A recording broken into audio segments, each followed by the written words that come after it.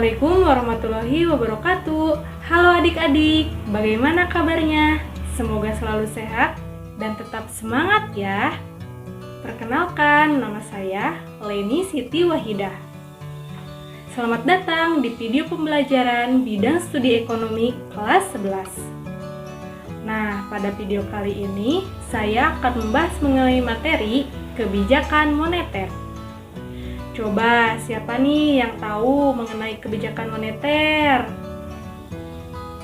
Pokok bahasan yang akan saya bahas pada video kali ini ada 3. Yang pertama adalah pengertian kebijakan moneter. Yang kedua adalah tujuan dan peran kebijakan moneter. Dan yang ketiga adalah instrumen-instrumen kebijakan moneter. Untuk dapat memahami kebijakan moneter, disimak baik-baik ya videonya sampai selesai. Nah, hal pertama yang harus kalian pahami untuk dapat mengetahui kebijakan moneter yaitu apa itu pengertian kebijakan moneter. Nah, materi kebijakan moneter yang pertama yaitu pengertian kebijakan moneter. Kebijakan moneter adalah kebijakan yang dikeluarkan oleh otoritas moneter, dalam hal ini adalah Bank Indonesia, untuk mengatur jumlah uang yang beredar di masyarakat.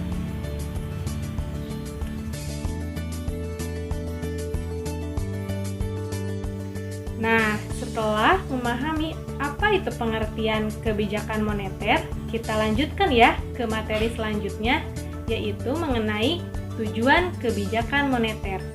Tujuan kebijakan moneter ada 4.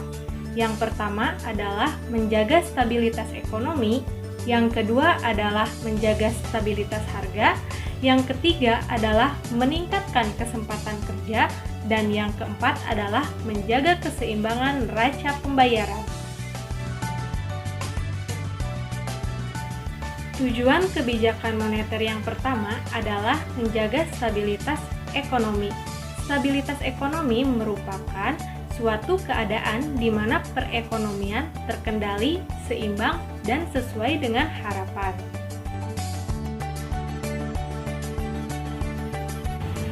Tujuan kebijakan moneter yang kedua adalah menjaga stabilitas harga. Kenaikan harga-harga atau yang disebut dengan inflasi disebabkan oleh jumlah uang yang beredar di masyarakat terlalu banyak. Nah, kebijakan moneter ini berperan untuk mengatur jumlah uang yang beredar di masyarakat agar tidak menyebabkan inflasi.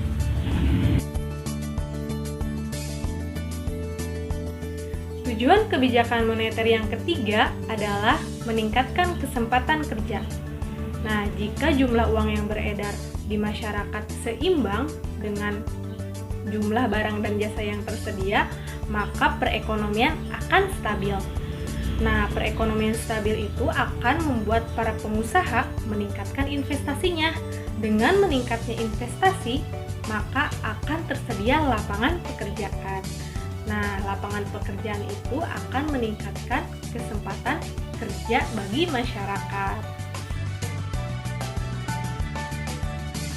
Nah, yang terakhir adalah memperbaiki posisi neraca pembayaran. Dalam hal ini adalah kegiatan ekspor, di mana kegiatan ekspor ini mempengaruhi nilai tukar rupiah terhadap nilai mata uang negara asing. Nah, jika kegiatan ekspor ini meningkat, maka hal itu akan menjaga keseimbangan neraca pembayaran. Bagaimana adik-adik? Sudah paham kan bagaimana tujuan dari kebijakan moneter? Nah, sekarang kita lanjutkan ke materi selanjutnya, yaitu peran kebijakan moneter. Nah, tujuan dari kebijakan moneter itu sendiri kan menjaga stabilitas nilai uang. Nah, dalam pelaksanaannya ini, Bank Indonesia memiliki peranan penting dalam mengatur jumlah uang yang beredar. Di antaranya adalah sebagai berikut. Yang pertama, jika Bank Sentral menginginkan penambahan jumlah uang yang beredar, maka akan membeli surat-surat berharga yang ada di bank-bank umum atau masyarakat. Namun sebaliknya, jika Bank Sentral menginginkan penurunan jumlah uang yang beredar, maka Bank Sentral akan menjual surat-surat berharga yang ada di bank-bank umum atau di masyarakat. Nah, yang kedua adalah jika Bank Sentral menginginkan penambahan jumlah uang yang beredar di masyarakat, maka Bank Sentral akan menurunkan tingkat diskonto atau suku bunga pinjaman kepada bank-bank umum. Dengan begitu, bank-bank umum akan membayar biaya atau bunga yang rendah. Nah, dengan begitu, bank-bank umum dapat meminjamkan kredit kepada nasabahnya dengan suku bunga yang rendah. Dengan adanya suku bunga yang rendah, maka permintaan terhadap kredit kepada bank dari masyarakat akan naik. Kenaikan permintaan kredit itu menyebabkan jumlah uang yang beredar di masyarakat bertambah. Nah, yang ketiga adalah jika Bank Sentral menginginkan penurunan jumlah uang yang beredar, maka Bank Sentral akan mewajibkan bank-bank umum untuk menaikkan tingkat cadangan minimalnya. Nah, kenaikan tingkat cadangan minimal ini akan menurunkan tabungan giral yang diciptakan oleh bank.